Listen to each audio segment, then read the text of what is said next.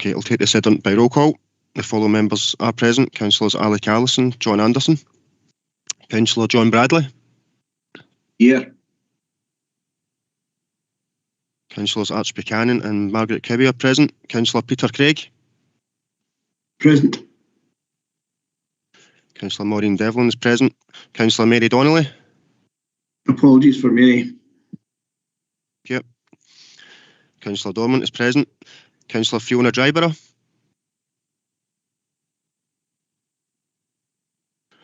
We have apologies from Councillor Lindsay Hamilton, and Councillor Walter Brogan is attending as a substitute.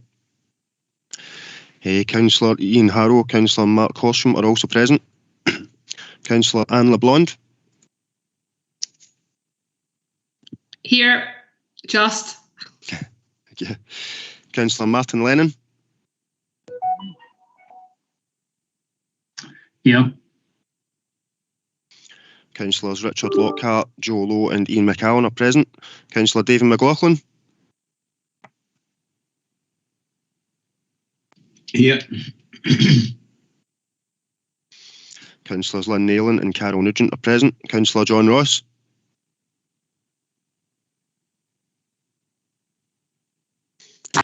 And Councillors Graham Scott, David Shearer, Bert Thompson and Jim Wartaw are all present. I've also noted the officers who are present, and I'll now pass you back to the Chair for today's business. Thank you. Thank you, Stuart. Do we have any declarations of interest? Mark? I'll declare an interest in item 7. A family member has been corresponding with SLC regarding this application, so I'll declare an interest in that, please.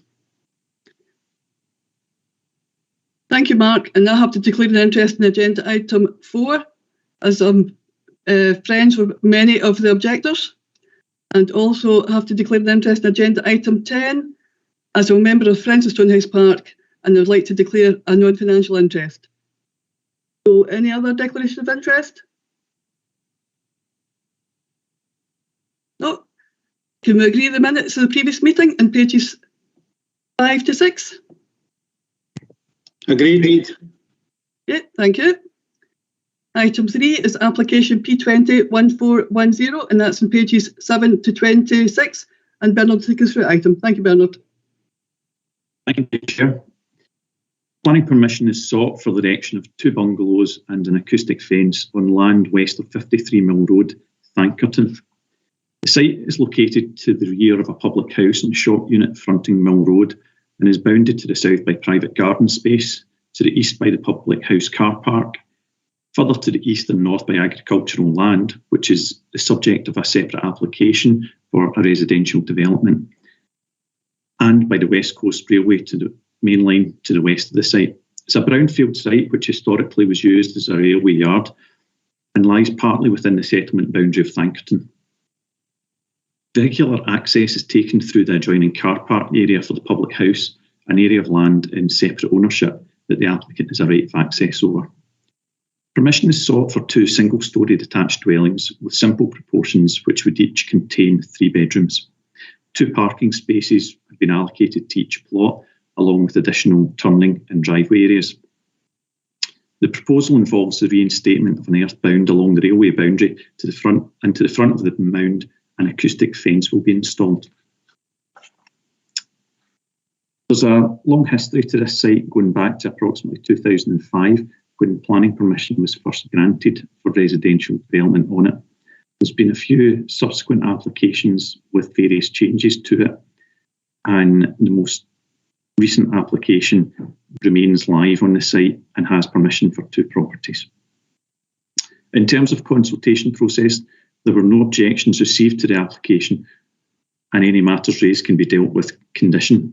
I would draw your attention to the detailed comments provided by the Community Council, and they've been addressed in the report. In terms of representations to the application, there have been 16 letters of objection and 1 additional comment letter have been received. The main issues raised relate to access and parking, impact on the surrounding area, land ownership, and general disruption during construction. The specific points raised are detailed in section 5 of the report and the associated responses.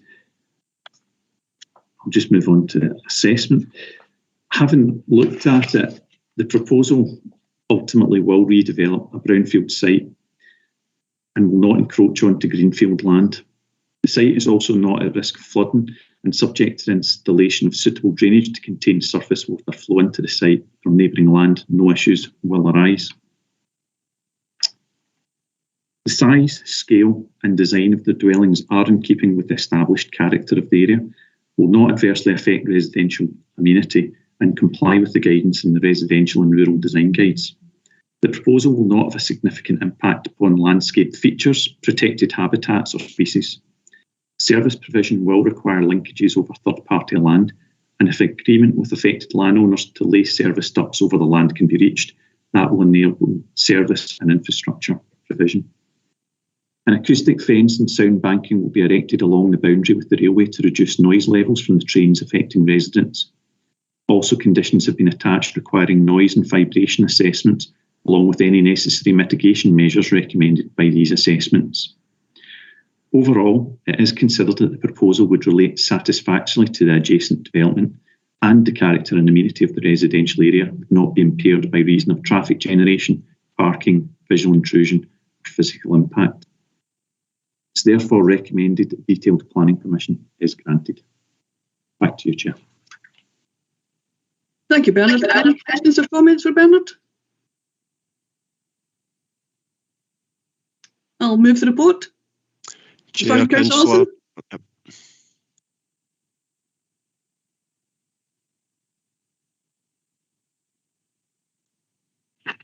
Sorry, I've got my hand up, Chair. You're on mute, Isabel. Yeah, go ahead. Yeah, Bernard, the principle of building on this site, as you indicated, has already been established, and therefore it's some of the other issues around here. 2 parking spaces for a 3-bedroom house today. I know it's within standards, but I don't think it's sufficient in a rural area. Just to have the 2. Also, the access to this site from Mill Road onto Station Road, there is no pavements, etc. And there is a great deal of concern about the speed of traffic. Is it possible to have a reduced speed limit, say 20 miles an hour, as one of the conditions put onto the Station Road, Mill Road, as in pedestrians, as you've indicated, walking to the pub, and maybe more interestingly, walking home, there would be a great deal of danger. Is that things that could be added to this application? Chair.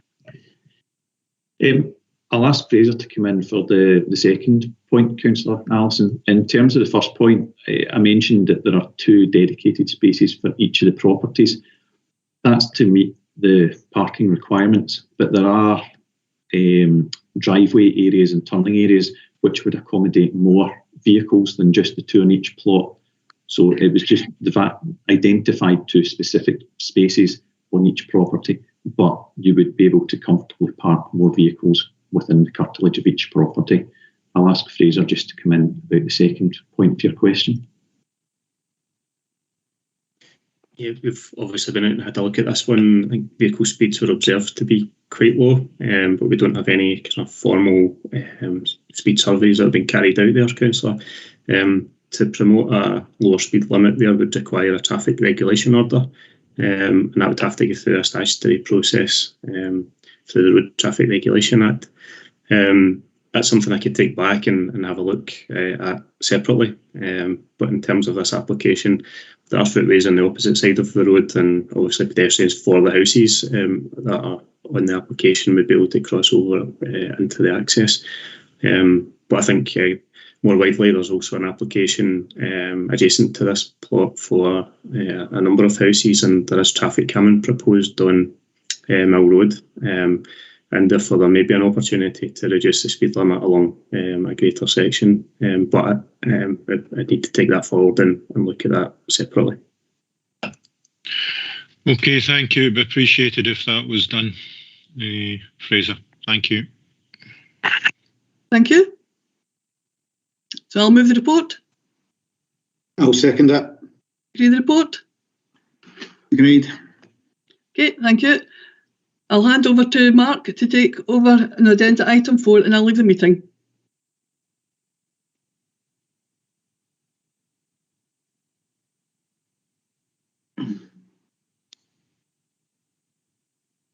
That's Councillor Dorman now left the meeting. Thanks, Stuart. I will invite Ian to speak on this report.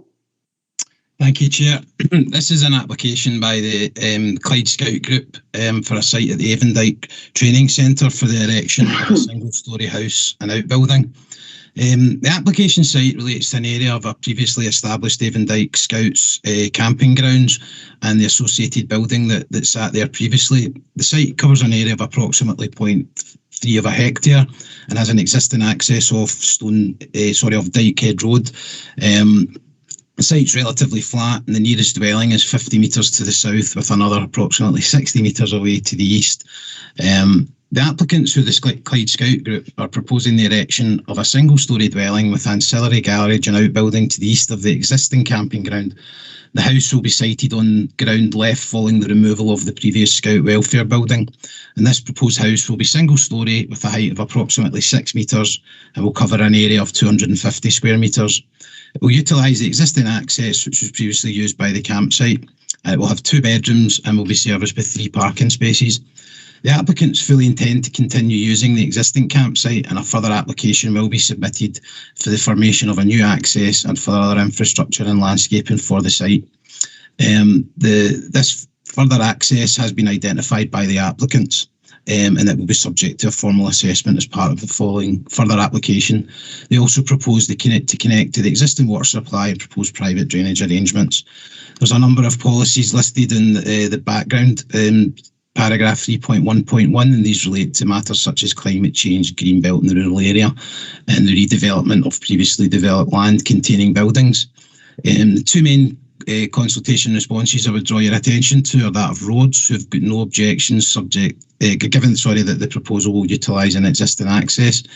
Stonehouse Community Council have objected to the application on the grounds they believe it's contrary to policy. They don't believe that it's been zoned for housing. There's also a number of comments being made regarding the application form and the name of the applicant that was shown on it. I'll go on to cover that in the assessment, but I would point out that in the system the applicants have been confirmed as the Avondyke Scout Group and we have letters on file from the chair of the Clydesdale Scout Group. In terms of representations, we've received 153 letters of objection. The vast majority of these are due to the loss of the campsite. There are also comments relating to a future campsite potentially being overlooked by a house. The site being in the green belt and not a gap site for housing. And there's also further comments about roads matters, landscaping and the need for a habitat survey. I would go on to summarise that in the assessment and conclusion section. The determinant issue in this instance is the proposal's compliance with the existing and proposed development plan policy. The proposal relates to the erection of a single-storey dwelling located in the green belt, which is on ground previously occupied by a building. The removal of the building has left an area of what could be considered as brownfield land. There'll be no additional greenfield that will need to be removed in order to provide the site, and therefore there's no detrimental impact on biodiversity. In terms of the green belt and the redevelopment of the existing land, there is scope within both Policy 4, which is for the green belt and rural area, and Policy GBRA 5, which specifically relates to the redevelopment of previously developed land, subject to a new building generally occupying the same position, the physical footprint of any new buildings not exceeding that of what was there before, and the proposed number of houses being a scale appropriate to the landscape, and finally they must meet design requirements in terms of traditional appearances and such like. So just to go on there, the proposed dwelling is sited on a ground previously occupied by a scout hall. It will be serviced by an existing access, and the new garage outbuilding will be is sited to the east, and a condition has been attached to this to require that to be ancillary to the enjoyment of the dwelling house. When considered against policies 4 and GBRA 5, the council is satisfied that all these policies can be met. The proposed development size will be less than that's coming away. There will be an open space remaining. There will be additional landscaping provided to separate it from a proposed campsite which would be coming forward. In addition, Roads and Transportation Services have advised that they have no objections given that an existing suitable access is available, and therefore we would recommend this subject to the conditions listed on pages 44 to 45. Thank you very much for that, Ian. I'll open up for questions and comments.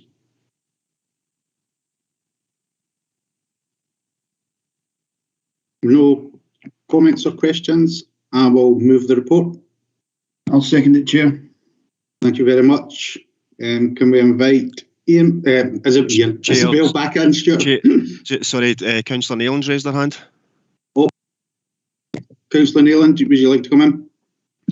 Yes, I'm sorry, I couldn't get my hand up quick enough there before you moved the report. It's just a quick question.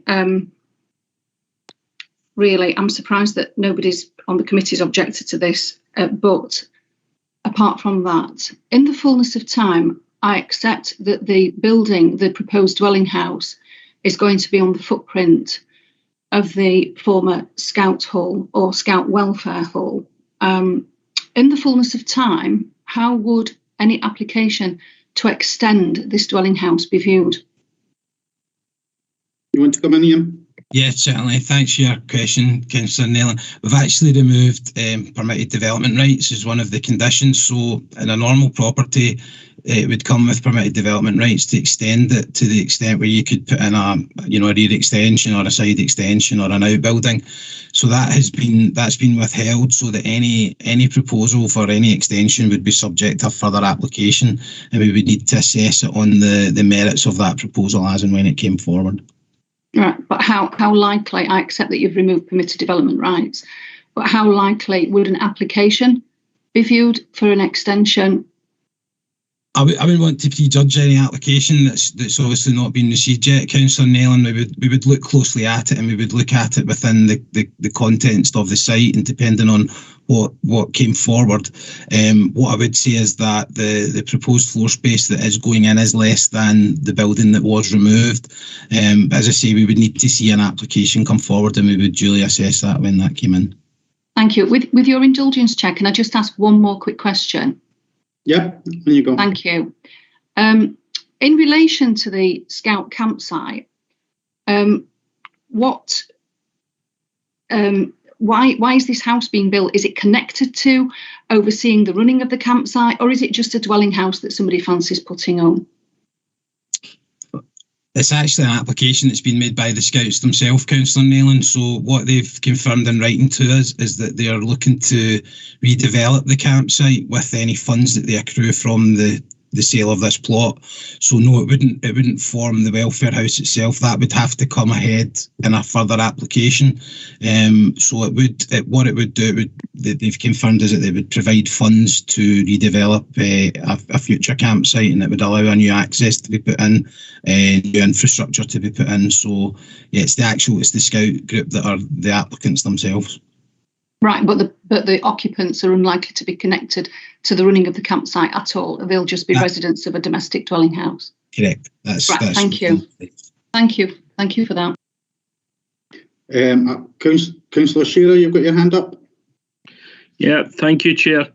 It was to follow up on Councillor Nayland's question, Ian. Often when a house is granted, say in a farming situation where farmers are retiring and move into a bungalow and the farm continues under their sons or daughters' occupation, the new house is tied to the farm and cannot be sold as a separate unit.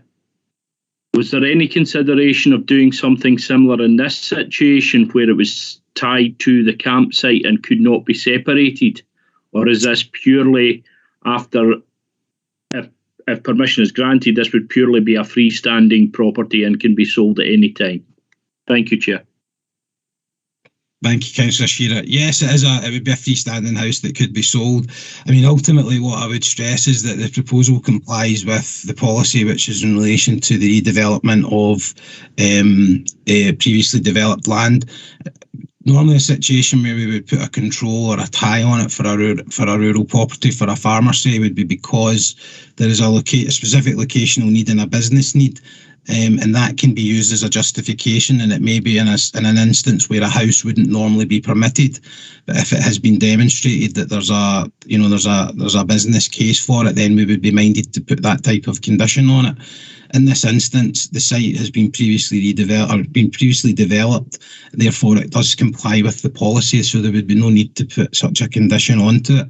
As I say, the Scouts have confirmed that they are looking to take the funds from any sale of this plot to redevelop the campsite and put in a specific building which would service the campsite itself. Is that okay, Councillor Shearer? Yep, thank you for that information. I moved report. I believe Councillor Craig seconded the report. Do we all agree the report if there's no more questions? Agreed. Agreed. Okay. Stuart, can you invite Isabel back in, please? Thanks. Yep.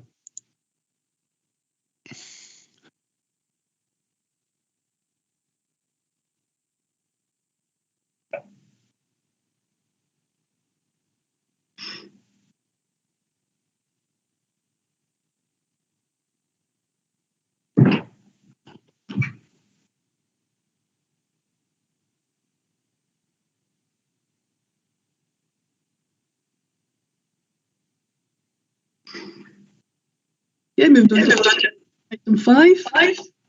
That's application B210730. That's on pages 47 to 64, and I'll ask Bernard to take us through the item. Thank you, Bernard. Thank you, Chair. Planning permission is sought for the erection of 52 houses and associated works on land just off Straven Road, Hamilton.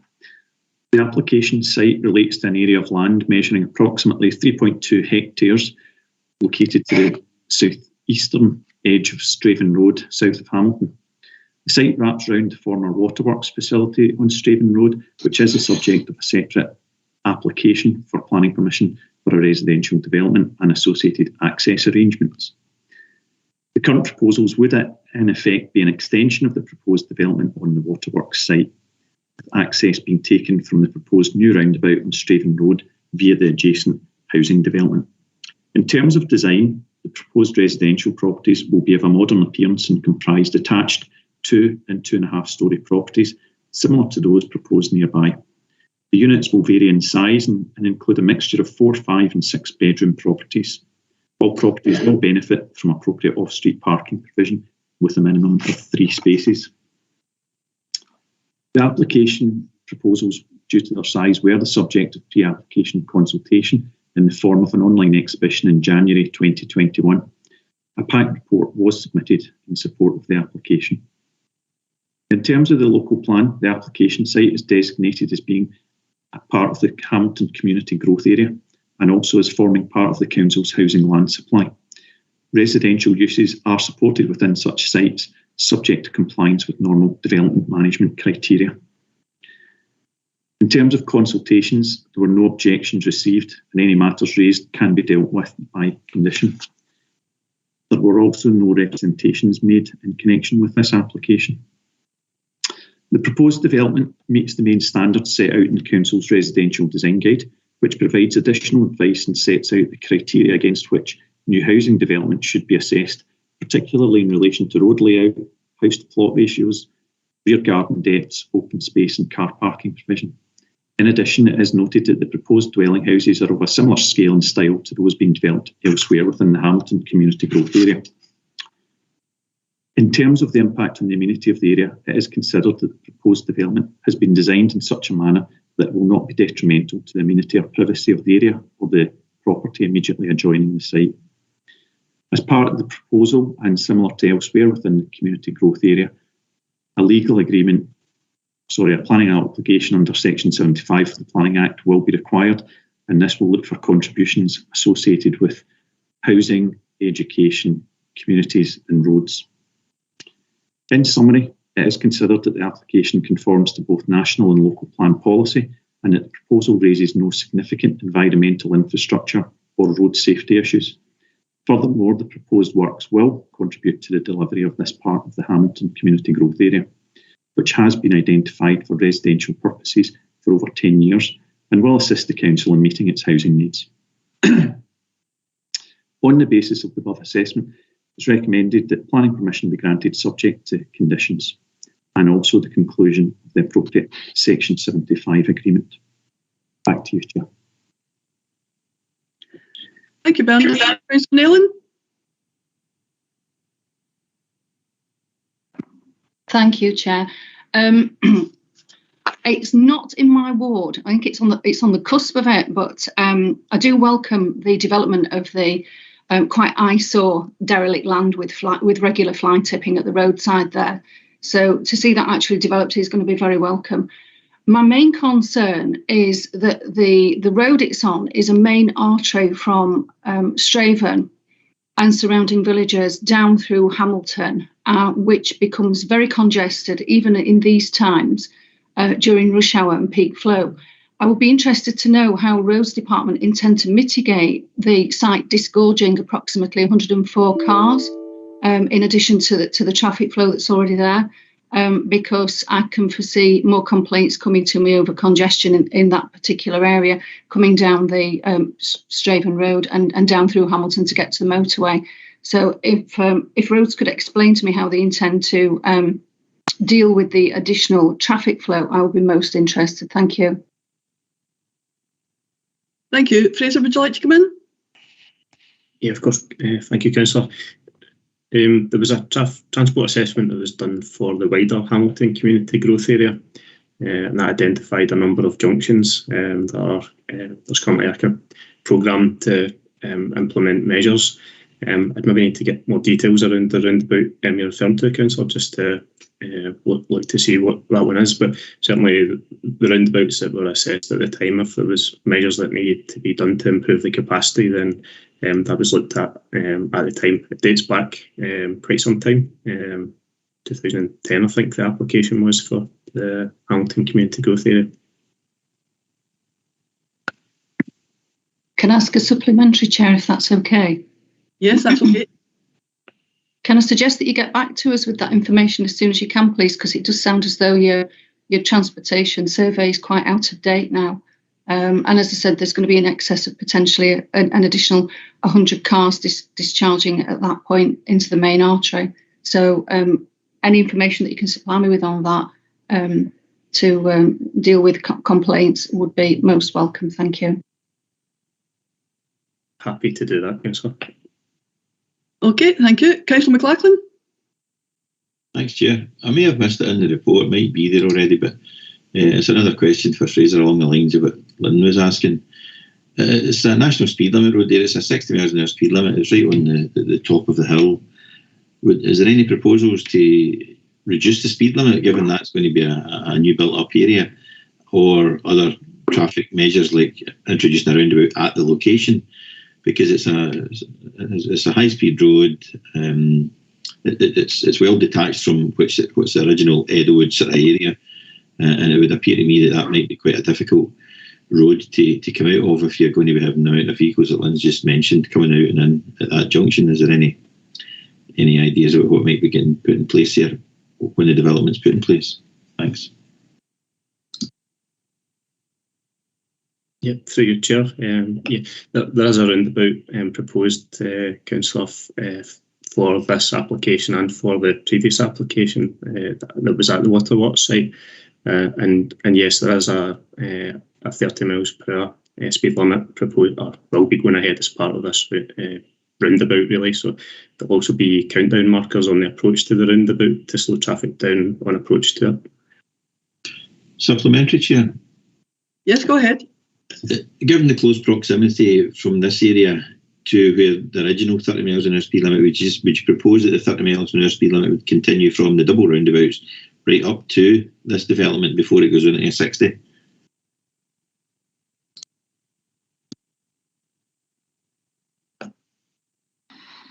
Yeah, sorry. There's also proposals at the moment for an application for the main spine road that will lead through the Hamilton Community Growth Area. And roughly it's about half the distance, so there will be another roundabout potentially that will be constructed as part of the Hamilton Community Growth Area that will obviously slow down traffic in between where the existing 30 miles per hour is and where this proposal will be, Councillor. Chair, I don't know if that answers the question. What I was looking for, Fraser, if you're going to have a 30 miles an hour speed limit there, from there to the double roundabouts further down the hill, it's still a 60 all the way. It's about 400 or 500. You can see the 300-yard countdown markers as you come over the hill.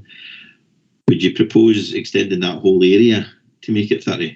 I mean, I think it would be silly if you had a 30, then bring it back to a 60 to bring it back to a 30 as you come into Edelwood. That's really what I was trying to ask. Sorry, I misunderstood you there, Councillor. Yeah, it would be 30 miles per hour along that area, yes. But there's also going to be a roundabout as well. We'll be able to slow speeds down as well, so yes. Thanks, Chair. Okay, thank you. Councillor Craig? Thanks, Chair. You're quite right, Fraser. I remember going to a public consultation on development of this site along with a much wider area within the Hamilton. That site's actually in my ward, believe it or not, Larkhall, Ward 20. And that's, I don't know if the rest of the planning which was discussed in 2010 is still on the board, or whether, can you give me some of the background as to the rest of the development in that area, what's planned?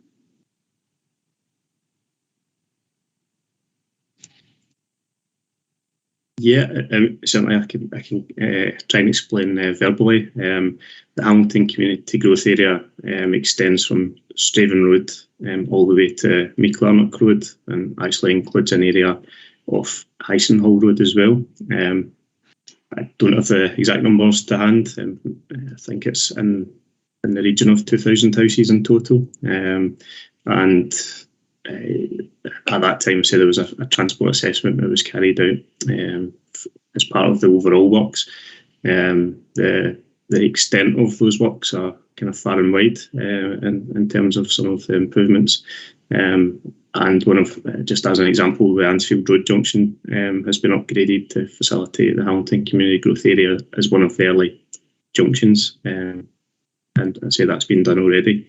But there are a number of other junction improvements that are being worked up at the moment for implementation. Okay, thanks, Chair. Thank you. Pauline, you wanted to come in? Thanks, Chair. It was just to make members aware this is a detailed application, which is one of several detailed applications as part of the overall Hamilton Community Growth Area, which I think members are aware is one of our Glasgow City Region projects. So it's quite a complicated process, but members approved the master plan, so the outline application in 2017, and I do appreciate that you might not all have been in planning committee in 2017, and anyway it's quite a long time ago to remember the details. So if members, particularly local members, think it would be helpful, we could do you an update on the latest position with the Hamilton CGA, the phasing, and also some of the details of the transport improvements, because of course although they are approved as part of the master plan, they come forward incrementally as every phase of the development comes forward, and I think that's the issue. You're seeing the detailed application rather than the bigger picture, Chair, and I think that might just help members. Thank you. Thank you, Pauline. Don't see any other hands, so I'll move the report. I'll second it, Chair. Thank you. Agree with the report? Agreed. Okay, thank you. And moving on to agenda item 6, that's application number P201777, and that's on pages 65 to 88, and I'll ask Ian to take us through the item. Thank you, Ian. Thank you, Chair. This application is for the erection of a 2-storey dwelling house and associated works at plot 4 of Springbank House, which is just off West Mains Road in East Kilbride. So the application site relates to an area of land to the rear of the existing residential property at Springbank House, which has its own access off Mitchell Grove and sits within sizable grounds. This current site is designated as Plot 4 and is located to the south of the existing dwelling. Access to the site is via a wide path around the side of the existing dwelling, and the main part of the site contains a number of conifer trees. There are also some mature trees along the path to this plot. The curtilage of this proposed dwelling extends to approximately 780 square metres, and it's within a residential area. In terms of the proposal, the applicant seeks detailed consent for the erection of a two-storey dwelling house and associated works. This would include the formalisation of a vehicular access around the side of the existing dwelling, which would come off West Mains Road. The proposed dwelling would be 2 storeys in height and would be an L shape with a floor area of approximately 180 square metres, with kitchen, lounge, family room, utility and integral double garage on the ground floor and 5 bedrooms on the upper floor. There would be a minimum of 3 parking spaces together with a double garage, which would also provide additional parking, and the materials proposed are a mixture of render and facing brick. It is noted that there are 3 other applications currently under consideration for 3 other plots, and these are all located to the front of the existing dwelling. In terms of the local plan, it's located within a general urban area, and it's also subject to policy DM3, which is for the subdivision of a garden ground, to provide housing. Now, in terms of the planning background, planning permission in principle was granted in 2011 for 4 dwellings. However, this application has since expired. However, it does form a material consideration for the assessment of the proposal. In terms of the consultations, I would draw your attention to both Roads Development Management, who have noted that the required visibility, display parking and turning has been provided.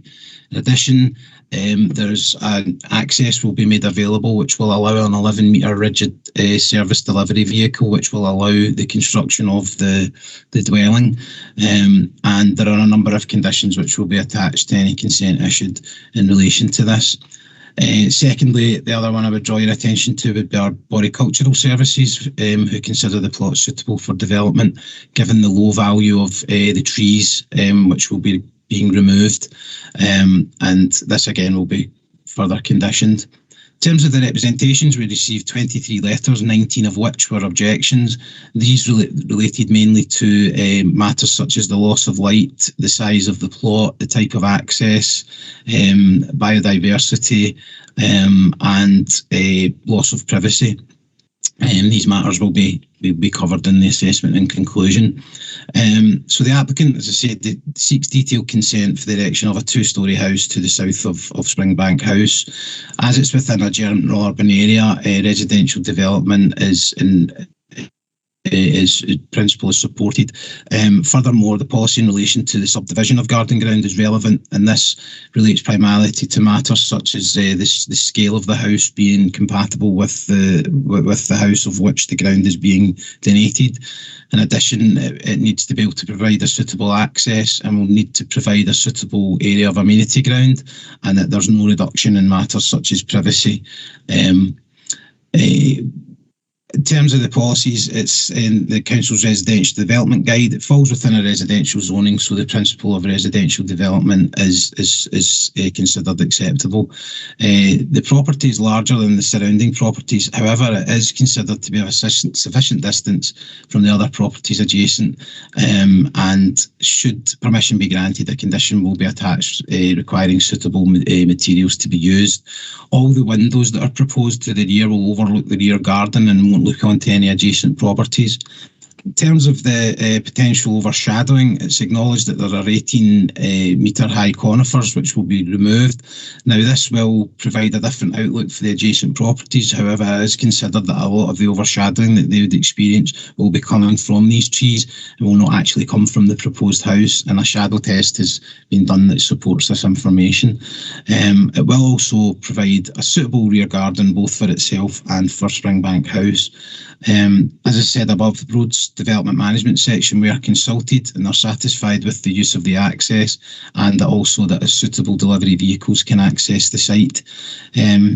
As detailed above, the neighbour notification process was carried out with the 19 letters of objection included. However, following a full assessment, we're satisfied that the proposal complies with all the relevant matters in the local development plan, and would therefore recommend the application for approval subject to the conditions listed on pages 77 to 79. Thank you, Chair. Thank you, Ian. Any questions or comments for Ian? Councillor Scott? Thank you, Chair. And first of all, thank you to Ian for his report. Excellent. I remember this in 2011 when it first came to committee and was given consent. It was just a backland development of 4 houses. I noticed this time around, and I'm saddened that the developer has decided, probably for economic reasons in terms of maximising his profits, to do it in terms of 4 individual plots. And that obviously makes it a bit more messier in terms of planning. I'm just looking for assurances that obviously this is plot 4 that we have in front of us today. If we give detailed planning permission for plot 4 today, that we are not setting a precedent for plots 1, 2 and 3 that will eventually come before us. I actually would have preferred had maybe Ian or Pauline that we could have held the 4 plots back to bring to committee at one time. I think that would have been, rather than this piecemeal plot 4, plot 3, plot 2, plot 1, all maybe appearing at different planning committees, that it could have been done in a sort of more unified and controlled basis. I was just looking for assurances that if we grant plot 4 today, that we can look individually and there's no precedent being set for plots 1, 2 and 3. Thank you, Chair. Thank you, Pauline. Thanks, Chair. If I can come in just to let Ian draw breath. How could planning ever be messy, Councillor Scott? I can't believe that you made that comment. I mean, I understand fully the point you make, that if the 4 houses were to come forward together and then we could assess them in a holistic manner, that would be preferable. But there is nothing to prevent the landowner dividing it up into individual plots, which, as you've indicated, is what he's decided to do. But I can give you the assurance that every application that comes forward from now on will be treated on its own merits, be differently cited within the scheme. There'll be different issues about access, trees and so on. So no, Councillor Scott, it isn't setting a precedent. Every site on its own merits. Thank you. Thank you, Pauline. Graham, do you want to come back in? Fine, thank you, Chair. Happy with that response from Pauline. Thank you so much. Okay, thank you. I'll move the report. I'll second it, Chair. Thank you. Agree the report? Agreed. Okay, thank you. We'll just give Mark a chance to leave the room.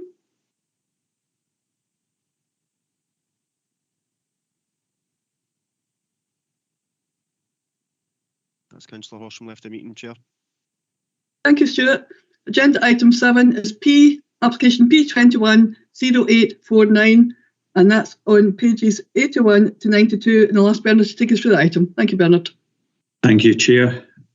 Planning permission is sought for the change of use of former horticultural land to an eco-storage facility and erection of a building, storage of materials, parking and alterations to access part retrospectively. The application site comprises a rectangular area of ground located on the western side of Straven Road, close to the settlement of Lyne-Kilburn. The surrounding area is predominantly agricultural in character. The site was previously used in connection with a horticultural operation, but has been lying vacant recently, and did include an office building and also has direct access onto Straven Road. The site is well screened with a landscaping fund and tree planting around part of its perimeter. The proposal involves the change of use of the site to an eco-storage facility, and that would involve the erection of a building, storage of materials, parking and alterations to access. It is noted that work has commenced in the erection of the warehouse building, hence why the application is retrospective. The proposals would entail the reuse of the existing parking building on site as office accommodation, and the new storage building would be used for biomass fuels, bagged products and equipment.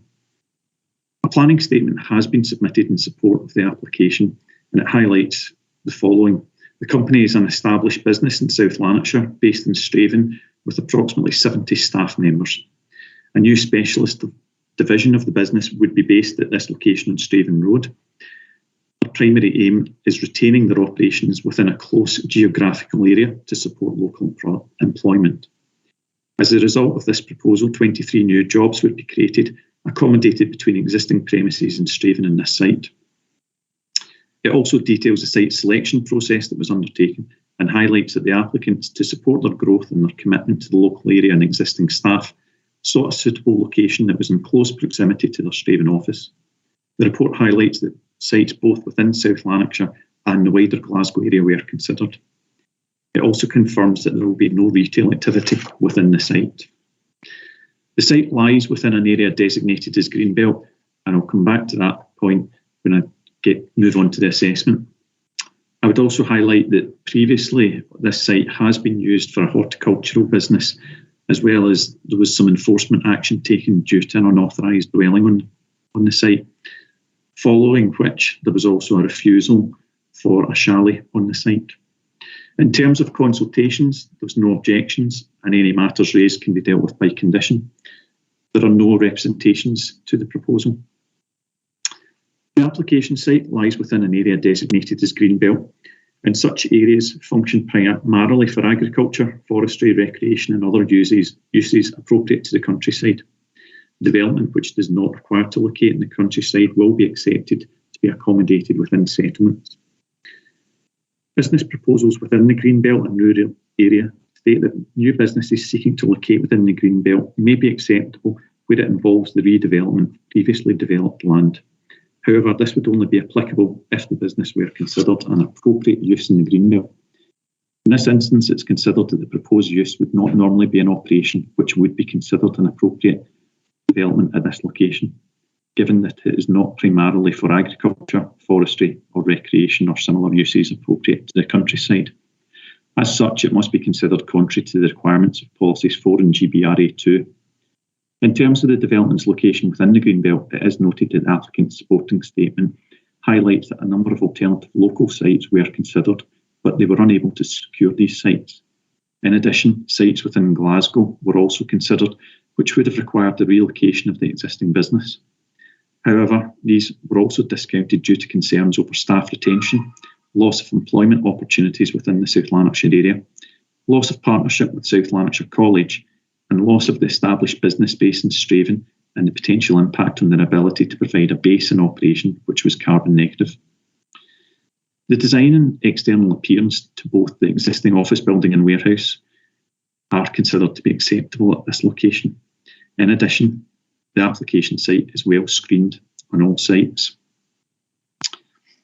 Overall, having taken into consideration the benefits of the job creation and retention from an economic perspective, it is considered that this application can be supported, subject to conditions. It's therefore recommended that a departure from the development plan is acceptable and that planning permission be granted subject to conditions for the following reasons. That the provision of additional job opportunities within the area will assist the Council in supporting economic growth and regeneration by encouraging the development of business in South Lanarkshire. That the expansion of the existing business operation will assist the Council in its aims to minimise and mitigate against the effects of climate change and support renewable energy development. That the reuse of the vacant site will assist in the protection and enhancement of the natural environment, and that there are no infrastructure implications associated with the development, and there would be not be an adverse impact on the built or natural environment. On balance, these material considerations are of sufficient weight in this instance to justify a departure, and the application is therefore recommended for approval. Thank you very much. Councillor Nealon. Thank you, Chair. I'm sorry, I'm a bit active this morning, but you're right, Bernard. The site is very well screened with a solid palisade fence, earthworks thrown up, mature trees being planted. Very secure for a nursery or horticultural venture. However, one thing that is, I think, a glaring omission is that there are going to be 12 car parking spaces and there's an existing office, but the office use looks like it's going to be increased. There appears to be no connection to the sewage system for the people that are going to be working on site or coming and going. And in fact, on page 86, 6.7, it says, therefore, Scottish Water assume that a private treatment facility would be utilised. It's considered that in principle, wastewater can be managed subject to the applicant providing further details of an acceptable wastewater treatment, which can be addressed through the use of an appropriately worded condition. I've had a look through the conditions and I can see nothing relating to sewage, only drainage arrangements for urban drainage systems with surface runoff, blah, blah, blah. Is that been omitted in error? Can we insert a condition that they do need to have some form of treatment in order to deal with potential sewage, or are the employees just going to cross the legs and drive off site to go to the toilet? Through you, Chair. No, point taken. Normally, it would just be expected that the condition that you referred to would cover these points as well, but I'm happy to add a specific condition if that would satisfy your concerns.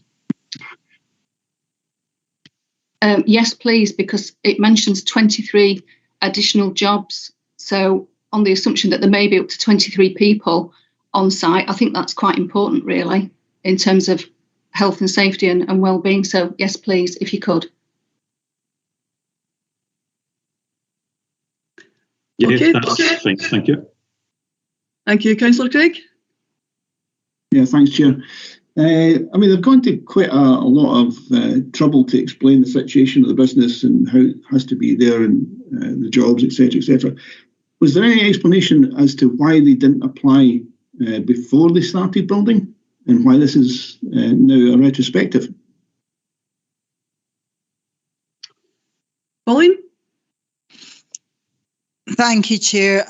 I know that the committee has issue with retrospective applications, and I don't think we have any explanation, Councillor Craig, rather than the business imperative. But as you know, we can't treat this application any differently because it is a retrospective application. We have to deal with it on its own merits. And as Bernard's explained in detail in his presentation, the main material issue here is the economic development considerations. It's safeguarding a number of local jobs and local people who still be able to maintain employment and creating 23 new jobs in a sustainable location. So no, they probably know, the applicant does know that they shouldn't have gone ahead without permission, and it is partly retrospective. There was a business on the site before, albeit it was a horticultural business. So I know members don't like retrospective applications. We get that. But as explained, the main issue here really is the ability to safeguard and create local employment in South Lanarkshire, particularly, at the time of COVID recovery. And I'm kind of speaking to you with my economic development hat on here, Councillor Craig, as you know, but economic development is a material planning consideration. Thank you. Oh, and members might ask, can we now charge double fees for retrospective applications because the government says they're going to bring that in? The answer is still not yet, but hopefully soon we'll be able to do that, but we can't at the moment. Thanks, Chair. Thank you, Pauline. Councillor McLaughlin? Thanks, Chair. Bit of a hypothetical question. It's partly been covered by Peter Craig. The hypothetical question is this, and I fully expect and I fully understand what the answer might be. Had this been applied for prior to the works taking place, how likely is it would have been granted? And I've just listened to Pauline suggesting there that she's looking at this with an economic development hat on. But this is the planning committee, and we look at things in their own merits. And you're right, we don't like retrospective planning applications because there is a perception, like it or not, that if it's not too much of a big deal, it's likely to get the nod when it's retrospective. So you're right, we don't like it, and that's one of the reasons why. We can back to the question. And if I think I understand what the answer is going to be, how likely is it this would have got a permission if it hadn't been a retrospective application? It would have been a fresh application based on the proposals. Pauline? Thanks, Chair. Can I come back in? Every application is dealt with on its own merits, whether it's retrospective or not. So if the applicant had come ahead before commencing development on the site, the application would have been assessed in exactly the same way as we have assessed it, bearing in mind that some development has commenced on the site. And although, although it is a planning committee, economic development is a material planning consideration and quite a strong one, and particularly at the moment, I would suggest with the COVID recovery. So it's not that we're looking at it differently at all. We're looking at it as we would whether it was a fresh new application, no development on site or not. If it hadn't been right, having assessed it, we would have been recommending approval, but we think all the material considerations, the policy issues, weighing them up on balance the way that we do every planning application, we think it is good to recommend approval, and the economic development is a very important consideration here, Chair. Thanks very much. Thank you, Pauline. Bernard? Just to add what Pauline had said there, the applicant had contacted us prior to the application coming in and prior to work being undertaken on site. And some of the key bits of advice that we raised and highlighted were just about how they would have to justify a departure in this instance, albeit as a brownfield site. And a lot of that was down to what they were going to come forward with as part of the planning application, and having looked at alternative sites and just exactly what the economic impact of the development would be. So once the application was submitted and that information accompanied it, it's allowed a full assessment to be undertaken, and hence we're now recommending approval of it. Thank you, Bernard. I'll move the report.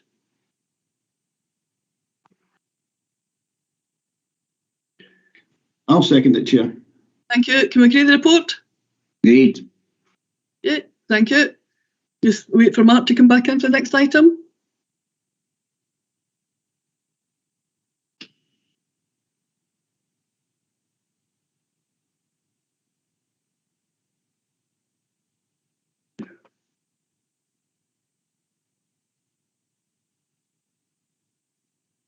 Councillor Horsham, you back with us? I'm here, Stuart. Thank you. Yep. Okay, thank you. It's agenda item 8. It's application P210613, and that's on pages 93 to 104. And I'll ask Ian to take us through the item. Thank you, Ian. Thank you, Chair. This is an application by Cala Management and John Lynch Builders, and it's for a site within the existing East Kilbride Community Growth Area, and it's for the reprofiling of ground levels to facilitate future residential development, associated retaining walls, new residential access roads and a suds basin. So as I said, the application site relates to the northeast section of land situated within the East Kilbride CGA, and it's known as phases 2 and 3 of the master plan site. As members will be aware, the master plan site was approved as part of planning permission in principle in 2019 for a mixed use development comprising residential, retail and education uses, together with new infrastructure including a new distributor road and the formation of open space landscaping framework. So within phases 2 and 3, Cala, Lynch Homes and Barrett will propose residential developments, and these will be brought forward as a separate application in the near future. So the site extends to 17.5 hectares, and to the west lies the phase 1 Cala development, which is currently under construction, and to the northwest is the existing police training college. To the northeast lies an open field and beyond the established residential area of Mossnuke, and to the south of the site is the CGA Spine Road, which is currently under construction. The site is primarily agricultural land with various topography, and in an elevated area of the site are mature deciduous woodland located to the northeast. The future phases of the residential development would essentially surround this woodland feature.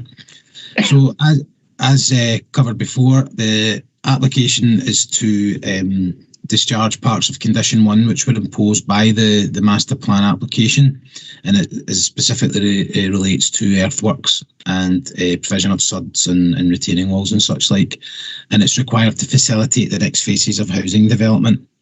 I would bring members' attention to the fact that originally when the plans were submitted, they included high retaining walls, some of which were up to sort of 5.5 metres height, and it would have resulted in also the loss of a number of trees. However, through discussions with the applicant, we've managed to change their approach, and this, instead of just cutting and filling the land, that will be regraded and the trees will now be retained.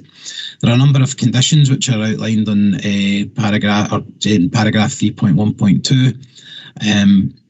As I say, in terms of the planning background, it's part of the East Kilbride CGA. Now, the main consultation response that I would draw your attention to would be our Horticultural Services and Countryside and Green Space, who took a key involvement in the negotiation with the applicant to change their approach and to ensure the retention of the trees. And a number of these will be secured, or these approaches will be secured by the attachment of a number of conditions. There have been no representations following statutory neighbour notification. In terms of the assessment and conclusion, we've looked at it in terms of both the master plan and the adopted local development plan. The site is zoned for housing as part of the master plan area, and therefore residential development is acceptable in principle. In terms of flood risk and impact on water environment, the proposal will include sustainable drainage features, and these will be covered by an appropriate condition to ensure the provision of a suitable suds pond. As said before, the site is within farmland at the minute, and there's a green network area surrounding the site. This will be largely maintained through the middle of the site with the retention of the trees. As I say, the new approach will ensure that there'll be no high retaining walls, and that all the mature trees will be retained to provide valuable biodiversity. We're therefore satisfied that the proposal complies with all the relevant policies which are laid out, and we would be recommending approval based on with the conditions listed on pages 100 to 103. Thanks, Chair. Thank you, Ian. Councillor Scott. Thank you, Chair, and once again thanks to Ian for his report. Those of you with good memories will remember that there was a few months back there was an application about a development across the road in Jackton relating to the Gill Burn, and the sort of, I'm led to believe there's a floodplain around this area, which is probably why Cala and Lynch are reprofiling their existing ground levels, because there is a perceived risk in a floodplain. Obviously, this is for phase 1, 2 and 3. Obviously, you said, Ian, that phase 1 is currently under construction. Is that under construction at existing ground levels, or will they be coming back to raise their levels? Not at phase 1. No, that's currently under construction, Councillor Scott. So they've largely retained the same levels there. The reason that there's so much work at this at phases 2 and 3 is simply because the land is incredibly undulating, and there's the trees sit at a high point, and the development is proposed around the area of ground at the trees. Can I have a supplementary, Chair, if I can, just one supplementary to this? Taking Ian's answer, phase 1 is going to be done at the current ground levels, existing ground levels, which means theoretically phase 1 will be at a disadvantage compared to phases 2 and 3, because phase 2 and 3 and all the subsequent phases will be basically at a raised ground level, and therefore, for want of a better phrase, slightly safer in terms of being on a potential floodplain coming from the inconsistencies and who knows what's happening with the water levels in Gill Burn. Is that right, Ian? Well, as you'll know, Councillor Scott, the entire East Kilbride Community Growth Area has an approach in terms of flood management through the SUDS proposals. So there are a number of SUDS ponds, and all the sites are designed to cope with the appropriate flooding. There was a flood risk assessment carried out for the main master plan itself, and all the subsequent applications that have come forward require to meet the aims of that flood risk management, whether the site is raised or not. Thank you, Ian. Thank you, Chair. Thank you, Ian. Don't see any other hands. I'll move the report. I'll second that. Thank you. Agree the report? Agreed. Okay, thank you. Agenda item 9, South Lanarkshire Local Development Plan 2. It's a legal challenge, and that's on pages 105 to 122. And I'll ask Tony to take us through the item. Thank you, Tony.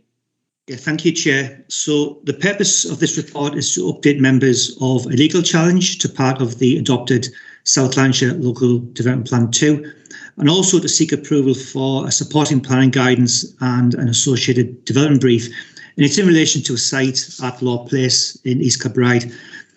As members will recall, the Planning Committee on the 1st of December 2020 agreed to carry out the necessary steps to adopt the proposed LDP2, and this led to the plan being formally adopted by the Council in April this year.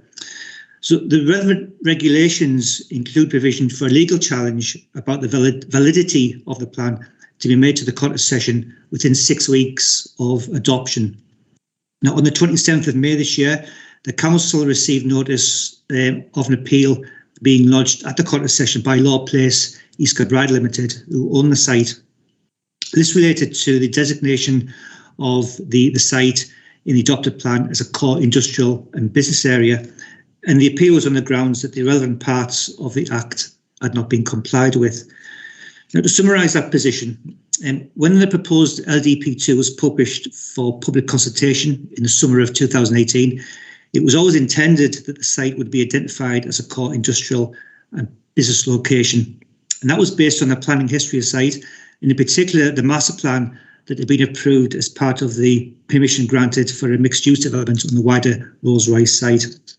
However, due to a technical error, excuse me, this didn't occur when the GIS layers were updated, and the site was identified instead as being part of the general urban area and also as part of a green network location. So as a result of that, the appellants didn't make any representations during the public consultation period. Now, this drafting area was actually noticed in the lead up to the examination of the proposed plan. And as a result, the Council submitted a proposed technical amendment to the reporter showing the appeal site as a core industrial and business site as had always been intended. Now, as that modification would reflect the existing planning consent and the approved master plan, the Council didn't consider at the time that notification of the modification was necessary, as it wasn't a material change in the context of the approved master plan, and indeed was consistent with it. Now, the appellants weren't notified of this change either, and they have claimed in their appeal that they would have made objections to the change if they'd been aware of it. So the legal challenge that they submitted sought the quashing of this part of the plan. Following its receipt, consultation with legal counsel was undertaken by the Council, and the view was taken to concede the appeal. And this has been authorised by the Head of Administration and Legal Services under the Council scheme of delegation. So in turn, the Council then agreed a joint minute with the appellants, agreeing the reasons for and the extent of the quashing of this part of the plan. That was lodged with the Court of Session, and a court order was granted on the 23rd of September in this respect. So the effect of all this, there's now a hole in effect in the proposal map in relation to this site. And in addition, this part of the LDP2 is not effective. So in terms of addressing this position, the government circular on development planning states that planning authorities may issue non-statutory planning guidance to provide detail on a range of subject areas. This form of guidance does not form part of the development plan. However, adoption of the guidance by the Council gives it a formal status, meaning that it would be a material consideration in decision-making on any planning applications for the site. So as a result, it's been considered appropriate to prepare non-statutory supporting planning guidance to establish the council's position in terms of the spatial planning policy for the site, and an associated development brief has also been prepared to provide detailed guidance to developers of the site, and that can be found in the appendix to the report. So in terms of the content of the proposed SPG, and notwithstanding the quashing of this part of the plan, it's still considered that the intended designation of the land as a core industrial and business use remains appropriate. And that reflects the former use of the site as by Rolls-Royce. The approved master plan for the wider area shows it as being developed for employment use. The site itself is now separated from the new housing adjacent to the site by a noise attenuation bund and acoustic fencing, and there's no physical connectivity between that residential development and the site. Land on the three remaining sides of the site is entirely commercial in nature, comprising manufacturing and trade premises, and they form part of the wider Neston industrial estate, which is also designated as a core industrial area. And the development of the site for employment uses would therefore be in keeping with the established character of the area. In addition, the planning permission that was granted for the wider Rolls-Royce site is subject to a condition limiting the use of this employment area to classes 5, general industrial, and class 6, storage and distribution. And following approval of the master plan, the site's been included in the council's industrial land supply since 2018 as a potential marketable site.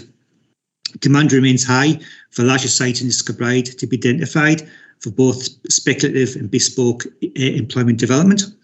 And in addition, the strategic business case for the Stewartfield Way CTD project was updated in June this year, and this site is one that is identified as contributing to the economic output that the Stewartfield Way project would deliver. So we're therefore recommending that the proposed supporting planning guidance and associated brief are approved. If members agree with the recommendation, a public consultation exercise extended to 6 weeks, comprising of informing landowners and also advertising the SPG in local press, would be carried out. And representation that received in response to that publicity would be the subject of a further report to committee. So the recommendation, as I say, is for members, first of all, to note the outcome of the legal challenge, and secondly, to approve the supporting planning guidance and the brief. Thank you, Tony. Councillor Scott. Thank you, Chair. Once again, thanks to Tony for the report. First of all, can I say that obviously I support what planning are doing here by trying to basically get it redesignated as what it should have been designated as and always was designated as industrial. If you look at the map on page 115, you'll see that everything to the left of the application site is industrial, and I know there's companies that operate in there. So yes, that's always has been and always should be zoned for industrial. But I think that obviously Law Place East Kilbride Limited have quite opportunistically tried to take account of an error, a small error of omission by planning in relation to trying to manoeuvre a housing development opportunity here. Given the prices of the houses on the right-hand side of the map in 115, obviously they seek to make quite a bit of profit if they can manoeuvre a housing site out of this. Obviously, when I see the words Court of Session, I start to worry. If we agree to this today, and obviously the consultation process that Tony has articulated, will that be the end of Law Place East Kilbride, taking us any further into the depths of Court of Session developments and Court of Session actions? Could that be, have they agreed that if we do what we do today, any further attempts to manoeuvre this site into a housing site will stop? If Tony can answer that, that'd be great. Thank you, Chair. Yes, through you, Chair. Thanks, Councillor Scott. We are going to carry out consultation on the SPG, as I mentioned, and that will include, in particular, informing Law Place Limited of the proposed SPG. that'll give them the chance to make representations to what we're proposing. And as I said, we will report that back to committee in due course. Now, the outcome, I suspect that they won't be happy with the approach we're taking, in that we still want to designate this as an employment site. If the council then, through its process, decides to agree ultimately that we will adopt this SPG, then developers, landowners always have an opportunity to submit a legal challenge on any matter. Now, it might be that they can look at the process we've used and find a loophole that we haven't actually taken account of or followed. And that would only come out through that process. So we can never guarantee that there won't be any further legal challenge, but we have taken legal advice on the approach we're using in this particular case, and we're quite satisfied that what we're doing is correct in terms of procedure and legislation. Can I have one supplementary, Chair? I'll crave your indulgence one more time. Am I right in saying that Lawplace East Kilbride Limited could have pursued this through the Scottish Government through an appeal in terms of the local plan process, but they decided to, for whatever reason, go straight to the Court of Session? Could they have gone through the Scottish Government, the Reporters Unit, in relation to, which is normal, if you don't like a local plan, you go to the Reporters Unit? They've gone straight to the Court of Session. I mean, I see Monica's put her name. Obviously, I've been looking for what is the legal set up here in terms of, have they just gone straight to the Court of Session because they know what result they would get from the Scottish Government or whatever? I'll bring Monica in there.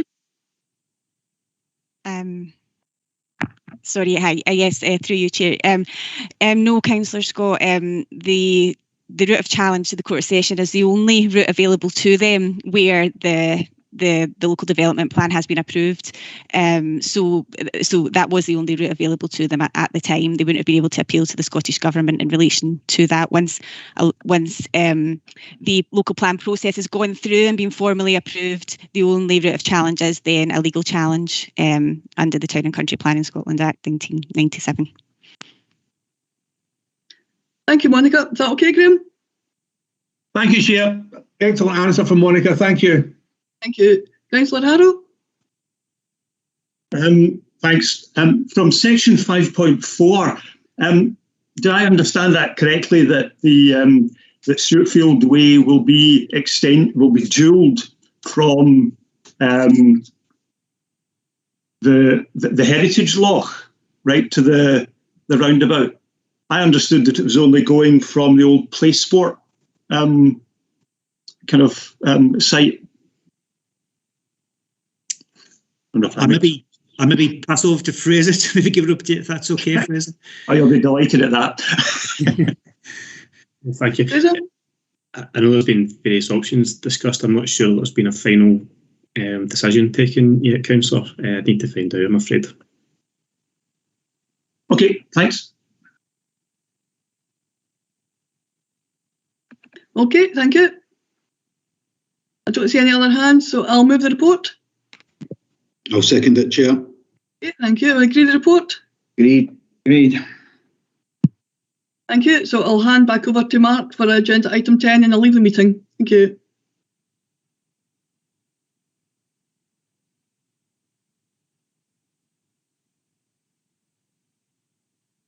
That's Councillor Dorman now left. Okay, thank you, Stuart. We'll move on to item 10, and that's the designation of local nature reserves on pages 123 to 144. And Tony's going to invite Tony to give us this report. Yeah, thank you. So the purpose of this report is to seek approval from committee for the declaration of 16 new local nature reserves and an extension to the existing local nature reserve at Langlands Moss in East Kilbride. Local nature reserves, they're areas of natural heritage that are locally important. They combine protection of natural heritage with opportunities for people to enjoy, learn about and experience nature close to their communities. Local authorities have powers to designate LNRs under Section 21 of the National Parks and Access to the Countryside Act 1949.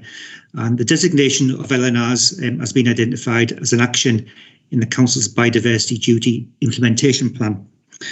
Now, during the preparation of the Local Development Plan 2, the provision of 16 new LNRs was proposed at the sites listed in the report, and maps showing the location of these sites are found in the appendices to the report as well.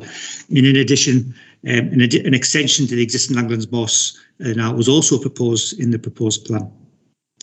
So the indicative boundaries of the LNRs were shown as proposals on the strategy map in the proposed plan, and that was then subject to the public consultation exercise carried out during summer of 2018. Existing community groups associated with sites were also notified, and they've been able to comment on the plans separately. The representations received as a result of the consultation on the proposed LDP2 were considered during the examination that took place in 2019-20. The reporter's recommendations included progressing the inclusion of the LNRs in the plan, and as a result, they are included in the plan that was adopted by the Council in April this year.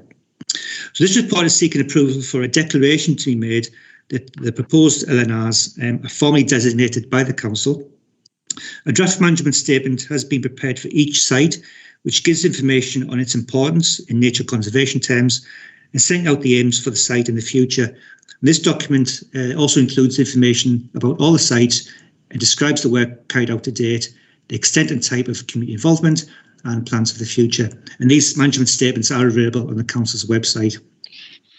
Within 3 years of the formal designation of an LNR, the Council is required under the legislation to prepare a full management plan for each site.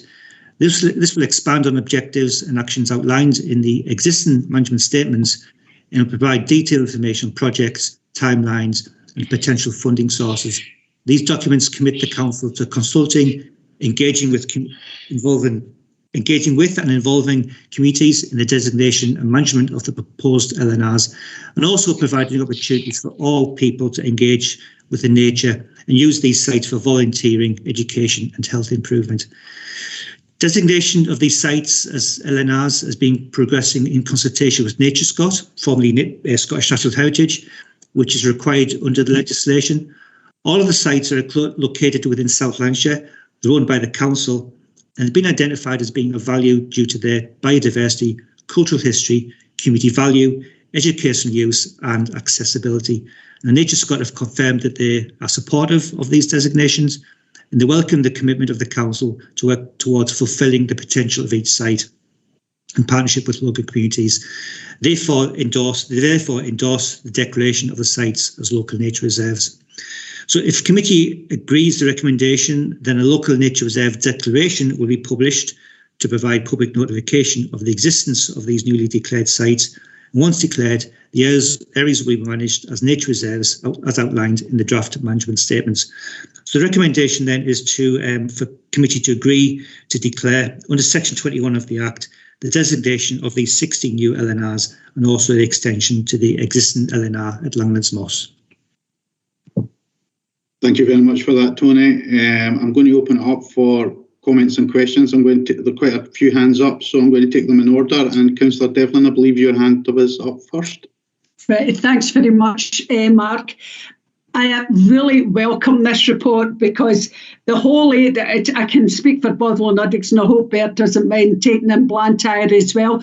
These are just so well sought after used areas for recreation, and the fact now that it reduces any possibility of any developers coming in to try and take on board this, because most of you sat on the problem that we have in my area for the nursery and the lack of availability of land. So I have to thank you for the work that you've done to identify these, and now it secures it as a recreational area and nature reserve for all the community in the future. Thanks. Thanks for that, Maureen. Councillor Craig, your hand was up next. Yeah, thanks, Chair. I don't know all of those nature reserves or those community areas, but the ones I do know, I think many people would be surprised that they're not nature reserves already. And just like Maureen, I think it's a fabulous step to be taking to secure the futures by making them nature reserves, and I really welcome the fact that we're doing it. Thanks. Thanks, Peter. Councillor Shearer. Thank you, Chair. Can I ask Tony a question? On page 136 of the report, it's the Jocks Burn Local Nature Reserve, and the next page is the Milton Nature Reserve. Now, there is a short space of Jocks Burn from the A73 down to Curluke Station, which is an undeveloped piece of land, which I would have hoped would have been included, or may well already be included, and if that's the case, that's fine. But if it is not included, why is it not included? Because it would link both these nature reserves together and make a much more sustainable and protectable rural corridor through the centre of Curluke. And like other members, I definitely welcome the added protection that will be assigned to these sites and recognise the value that they have to the wider community. But if Tony could come back on the site between the A73 and Curluke Station, I would be appreciative. Thank you. Yeah, through you, Chair. What's been proposed for the LNR designation is what we see on the plan. So that site or that land has been omitted. What I will do, Councillor Shearer, if it's okay, I'll discuss this with my colleagues in Countryside and Green Space. They've been involved in developing these plans. One of the key criteria, though, for designating local nature reserves is that the land has to be owned by the council, and it might have fallen foul of that particular criteria. But I will find out, and I'll get either myself or Countryside and Green Space to come back to you on that, if that's okay. Thank you, Chair. Thank you, Tony. That'll be excellent. Thank you. Councillor Brogan, your hand was up next. Yeah, thank you very much. Again, I very much welcome this, and I see this as a start of the process, not the end. And just a couple of comments that went before as well. My ward, Cambuslang East, is turning into a concrete jungle with all the green space going, and I'd like to see more of these spaces being adopted. Also, the fact is this, there is a number of landowners like Green Space and people like that have basically conservation sites that are not designated or protected. So I'm just wondering how we're going to handle those going forward.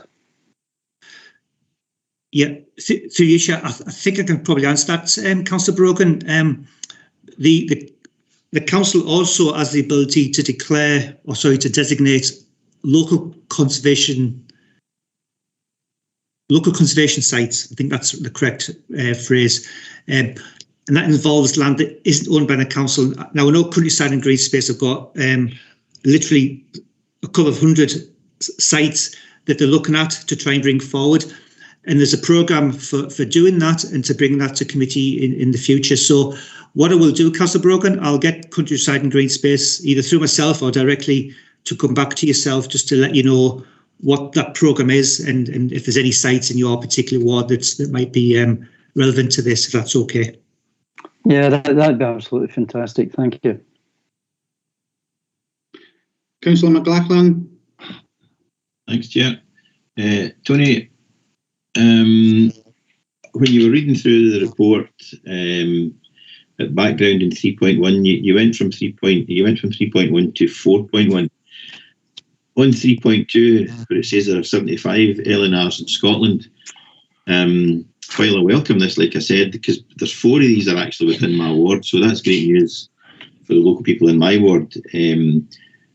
But I wonder, is there a risk of watering down the importance of these NLRs when you consider at the moment there's 75 in Scotland, and in one swipe of a pen we're introducing 16? And I hope that doesn't sound to be negative. I don't want to be negative, but I'm just wondering if it weakens the value of these LNRs when we have introducing so many at the one time, given there's actually only 75 currently in the whole of Scotland.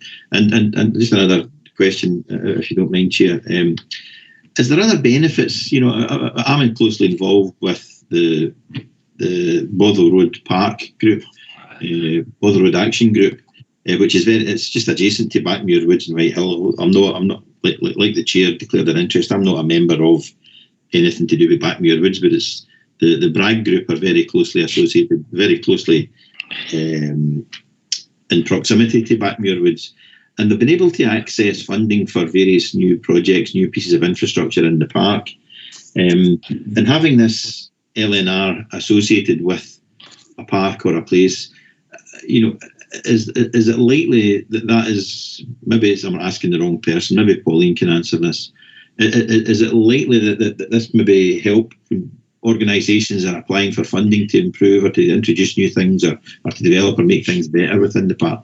Two parts to that, Chair. Thanks. I don't know if Polly wants to come in there. I mean, I can maybe add... Just a simple answer is yes, Councillor McLachlan. It might not always be a statutory requirement of any funding, because there are a number of place-based funding schemes, as you're aware, but it would strengthen a funding bid, in my opinion. So I think the answer is definitely yes. Thanks. I think Councillor McLachlan as well, 7.3 in the report, it does refer to the Scottish Government having recently awarded nature restoration funds to local authorities, which can be used to enhance LNRs. And there's also other potential funding streams, such as the Climate Emergency Fund that's referred to in that document as well, in that paragraph, sorry. So I think there's a lot of funding out there, and as you know, biodiversity and everything else is a major topic at the moment. So I suspect there won't be a shortage of funding available. In terms of your thought about designating 16 LNRs now might weaken the case, I don't think so. Each one, and I'm going to use that phrase, each one's looked on its merits. So they've been designated for a particular reason. And I suspect that the reason why we've designated so many in one go is just the sheer geographical area of South Lancashire Council. I think it's probably nothing more than that. But as I say, the sites will have been looked at very closely, made sure they meet all the criteria, and as I say, just dealt with on their merits. Thank you, Tony. Thank you, Chair. Could you just repeat again? It was either Pauline or yourself that mentioned it. You mentioned a type of funding that might be available. Could you say that? Yeah, it was a couple of things, Councillor McLachlan. So there's nature restoration funds, which have been awarded to the council, and also funding streams such as the Climate Emergency Fund. So those two things in particular have been highlighted by colleagues in Countryside and Green Space of what might be available. If you want, Councillor McLachlan, I could maybe get Countryside and Green Space to contact you directly just to give you a bit more detail on that, if that would be helpful. That'd be great, Tony. Thank you very much. Yeah. Pauline, you wanted to come back in? Just really quickly, thanks. There are so many different funding streams just now as well, in addition to the one that Tony's mentioned. I mean, the one that I'm thinking of is a place-based investment fund that we reported to Community and Enterprise Committee, I think in September. I think in July this year. That's a kind of a further iteration of the town centre regeneration funding, but the difference with it is it's a 5-year programme. We're currently in year 1, and the other advantage of the place-based investment as opposed to the town centre funds is that the money doesn't have to be allocated within a town centre area. And just as Councillor Brogan's probably aware, one of the projects coming forward for year 1 of place-based investment fund is Halfway Park in his ward. And the reason I'm flagging that up is it's likely that other recreation and green space areas will be awarded funding from that stream throughout the future 4 years of that funding programme. And we are doing an update on place-based investment fund to the December Community and Enterprise Committee, so it will make members aware of how the first year is going, and then ask members to agree the process for year 2 of the funding as well. And then there's also the UK funds, the Community Regeneration Fund, and the Levelling Up Fund, and place and physical regeneration feature high in that as well. So I think having more nature reserves and recreation areas with community support, I think we're in a good place to bid for all range of funding, and we're on the case, Councillor McLachlan. So I hope that's helpful. Oh, that's very helpful. Thanks, Pauline. Yeah, okay, David? Yeah. Thank you, Mark. Councillor Cowie, can I bring you in? Yeah, thanks, Mark. Just very quickly, I really welcome this report. One of the parks is in my ward, Fernbrae Meadows. It's absolutely beautiful, really, really well used. Great, I'm up there all the time. But the one thing I wanted to highlight was the lack of parking and the impact that it's great. We've got absolutely hundreds of visitors, but the impact it's having in the local community, because they're all parking in the surrounding streets, both in Cathkin and Fernhill. So it was just to highlight that as maybe moving forward, that we do look at parking issues within the parks. Thanks. Thanks for that, Margaret. Councillor Harrow, you had your hand up next. Thank you. I've never spoken at planning before, now you can't shut me up. And it relates partly to my last point. It does seem a bit incongruous that we put a local nature reserve in James Hamilton Heritage Park, and yet at the same time we're planning on constructing a dual carriageway just a few yards from it, or maybe I should say metres. It was just an observation. Thanks. Thanks for that, Ian. Councillor Thompson. Thanks very much, Chair. I'll make it brief. I think Maureen was very articulate in her reply, and probably I've got much the same sentiments. It's good to see the bit about the public, the community involvement. I think that's very important. Can I stress how important it is to me in my area? Also, it's a very current subject, one that I really, really do welcome. If I could ask, is there any chance MD could give me or email me information on how to get some of this funding, some of the contact details, and if they email it to me first before MD else gets in? Thank you. I resent that better. In terms of fairness, Pauline, could you maybe email the committee members with details of different funding streams, if that's okay? I'll see what I can do, Chair. The problem is that it's a continually evolving picture. As I say, we have got a number of reports coming to committees, and the position with the UK funding is there's no decision being specifically made on that, but we'll see what we can do, because I do understand members' understandable desire to be kept involved, and we will invite you to come forward, and if you know of any schemes in your area, it's worth flagging them up at any time, because if we know about them and we know that there's a desire for a project, then when the money is on stream, we can come and say that might fit that. So please don't don't wait for an announcement to flag up stuff with us. And if you come to me with my economic development hat on, because sometimes having something on the shelf is very useful, because we don't often get a long time to bid for these funding. So knowing of stuff that's in the pipeline and under development is really, really useful. And members are key to that because of your local community involvement. Thanks, Chair. Yeah, can I just finish with saying, why I asked was I'm going to Friends of the Calder tonight, who are very, very active in this, and they'll be very interested to hear that news. So thank you. Thanks, Bert. Thanks, Pauline. Councillor Lockhart, you had your hand up next. Thanks, Chair. Tony, just it's 2 points, really. It's great to see these nature reserves being declared. I think it's brilliant news. But I wonder whether it's worth trying to see if you can certainly inform the councillors of South Lanarkshire exactly how many there are, because there's a lot of private ones that are not mentioned. And I think if you just were to see these nature reserves as perhaps the only ones that have been declared, it doesn't really give a full picture. And I was wondering if, we could see a map, if you like, of all the nature reserves, because there are plenty of them in South Lanarkshire, because people would like access, no doubt, to them as well. And also whether there's some means of publicising exactly where they are and the access and so on and so forth. Thank you.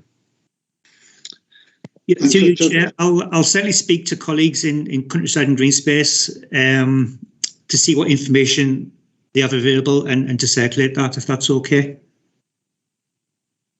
Right, and can we publicise something so that people can actually see where they are? I mean, in Lanark alone, you've got Cleghorn Glen, you've got Clydeback, you've got so many, if you like, that are already there that people can have access to. I just think people should know where they are. I think, sorry, just through you, Chair, some of these local nature reserves, by what the description, they are locally important, but there are national nature reserves and also SSSIs, for example, that are actually mapped on our in our LDP. So they are available on the council's website. But I'll see if there's anything that's particularly relating to these issues that you've talked about there, Councillor Lockhart, and see if I can get something to you. Okay, thank you. To all the committee. Okay, Richard, you okay with that? Thank you very much. Councillor Nealon, you're next. Yep, thank you. Like everybody else, I welcome this. I'm glad to see that Neilsland and Airnock Community Nature Reserve is now being adopted. I'm looking forward to getting in there and helping to sort of tidy up and maybe get some help with the removing the fly tipping that's gone off in the middle of the woodlands. Nice to see that it's so extensive in such a built-up area as my ward is, and just really pleased. So, thank you. Thanks for that, Lan. Councillor Bradley, you're next. Thanks, Mark. It was just to endorse all the sentiment that's been offered so far, and particularly to endorse the designation of Home Hills Woods in my ward, and also following on from Bert about funding for these places. I definitely think it should be in alphabetical order for priorities. So I'll be second. Well, it depends if we go with Christian name or surname, or No. It's Councillor Allison, Councillor Anderson, and Councillor Bradley. Thanks for that, John. I see no further hands up. I'll move the report. I'll second that, Chair. Delighted to do it. Can we agree the report? Agreed. Thank you. Stuart, can we invite Isabel back in, please? Yep, I've called her back, so.